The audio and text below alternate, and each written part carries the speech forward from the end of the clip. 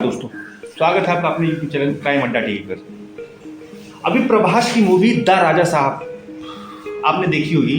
चलिए आज इसकी इनसाइड स्टोरी आपको हम शॉर्टकट में समझाते हैं। क्या है पूरी कहानी द राजा साहब की मूवी, हमें देखनी चाहिए नहीं देखनी चाहिए, इसके क्या क्रिटिक्स क्या बोल रहे हैं, पूरी स्टोरी और पूरी कहानी 3 घंटा 21 मिनट की कहानी को हम छोटे भाग में पूरा एक्सप्लेन करेंगे।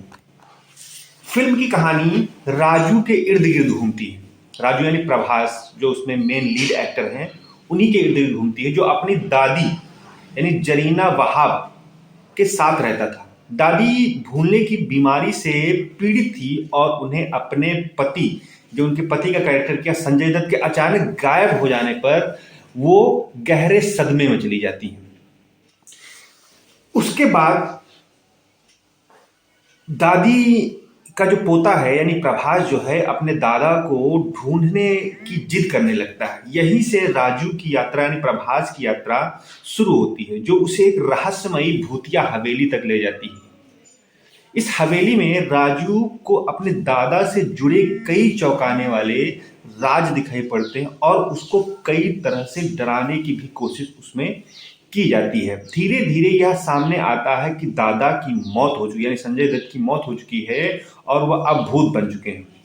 अब राजू को अपने दोस्तों के साथ मिलकर इस भूत का सामना करना है और हवेली से बाहर निकलने का रास्ता खोजना है। दिमाग खेल में बुनी गई इस कहानी में दादा के क्या राज हैं, राजू इन हालातों से कैसे निपटेगा, आगे हम आपको बताएंगे।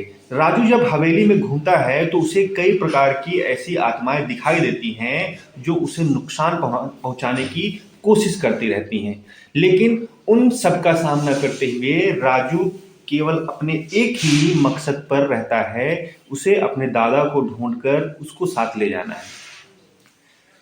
और राजू जो है मेन कैरेक्टर है, उसी के इर्द गिर्द जो कहानी घूमती है। इस कहानी में कुछ कमियां भी आई हैं कि फिल्म की जो स्क्रिप्ट बनाई गई वो बेहद कमजोर थी। कई जगह पर यह साफ साफ दिखाई देता है और कोई किरदार कहां से आया, उसका बाकी किरदारों से क्या संबंध है।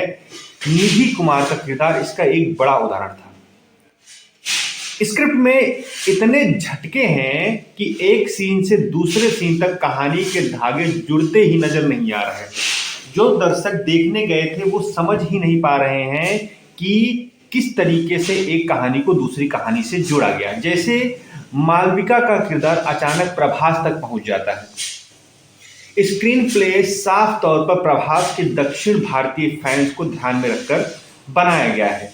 हीरोइज्म से भरे सीन लगातार आते रहते हैं, लेकिन ना तो उसका कोई दर्शकों पर असर पड़ता है और ना ही वह कुछ रोमांचक बनाने की कोशिश करता है। फिल्म को एक हॉरर कॉमेडी फिल्म के रूप में पेश किया गया है।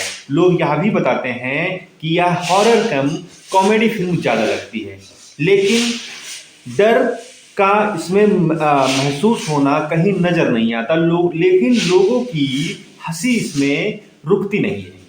कई किरदार सिर्फ 1-2 सीन के लिए आते हैं, जिनका न कहानी से कोई लेना देना होता है, ना वे लोगों के मन में अपनी कॉमेडी पैदा कर पाते हैं। बैकग्राउंड स्कोर जरूरत से ज्यादा भारी और शोरगुल वाला होता है।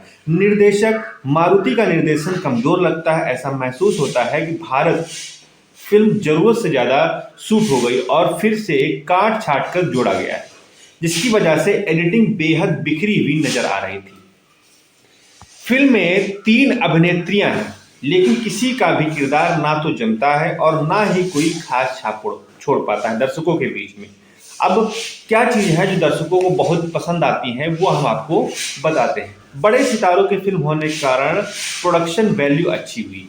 जरीन वहाब फिल्म में प्रभावशाली हैं, उन्हें देखकर लगता है कि हिंदी सिनेमा उन्हें अब तक सही ढंग से इस्तेमाल क्यों नहीं कर पा रही। चाहे रानी गंगा माँ का रूप हो या एक आम दादी का किरदार, वह हर सीन में हर कैरेक्टर को अच्छे तरीके से फिट करती नजर आ रही हैं। वहीं संजय दत्त अपने किरदार में फिट बैठे हैं।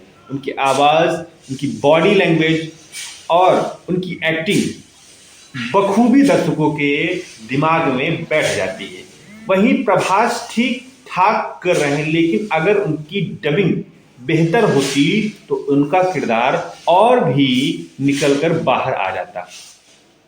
साथ ही फिल्म में कई ऐसे मामले हैं जिसे साफ लगता है कि उन्हें एक तयशुदा फॉर्मूले और पैटर्न पर बनाया गया। दक्षिण निर्देशकों को अब यह समझना होगा कि दर्शकों को वही चीज पसंद आती है जो वो बार बार देखने की कोशिश नहीं करते हैं।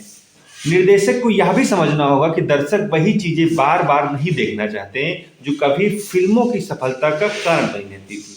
दर्शकों को कहानियों और उन्हें ट्रीटमेंट में नया और ताजा अनुभव कराना पड़ता है। और साथ ही जब से प्रभास की बाहुबली और कई सारी फिल्में हिट हुई हैं तो लोग उनसे कुछ ज्यादा ही उम्मीद करने की कोशिश कर रहे हैं, लेकिन प्रभास को खुद ये समझना होगा कि किस तरीके की उन्हें स्क्रिप्ट चुननी चाहिए और किस तरीके की स्क्रिप्ट को उनको फॉलो करना चाहिए। वे एक कॉमेडी के रूप में अच्छा नहीं कर पाते हैं जितनी अच्छी वो फाइटिंग के रूप में अपने एक्टिंग को समझते हैं। साथ ही बात करते हैं कि प्रभास ने जो आने वाले प्रोजेक्ट हैं उनमें अपना ध्यान पूरी तरीके से आकर्षित कर लिया है और प्रभास को कई सारे ऐसे अच्छी स्क्रिप्ट ऑफर हुई जिन्हें उन्होंने नज़रअंदाज करके कई सारे खराब काम कर दिए हैं। और इस फिल्म में प्रभास के अलावा जरीन वहाब ने भी एक अच्छा किरदार निभाने की कोशिश की है, लेकिन दर्शकों में यह पूरी तरीके से अपनी छाप छोड़ने में नाकामयाब रहा है। अब आगे क्या यह फिल्म अपने बजट को इस फिल्म का बजट लगभग 400-450 करोड़ रुपए है, तो क्या यह फिल्म अपने बजट को रिकवर कर पाएगी या फिर यह फिल्म बाकी प्रभास की फिल्मों की तरह फ्लॉप होती नजर आ रही है। क्रिटिक्स का अगर माने तो क्रिटिक्स ये सारे बता रहे हैं कि प्रभास की ये द राजा साहब फिल्म भी पूरी तरीके से फ्लॉप होने वाली है। तो क्या यह आने वाले समय में 500 करोड़ के क्लब में शामिल हो सकती है? आपकी क्या राय होगी? और प्रभास को किस तरीके की स्क्रिप्ट करनी चाहिए, किस तरीके नहीं करनी चाहिए, आप कमेंट करके जरूर बताइए।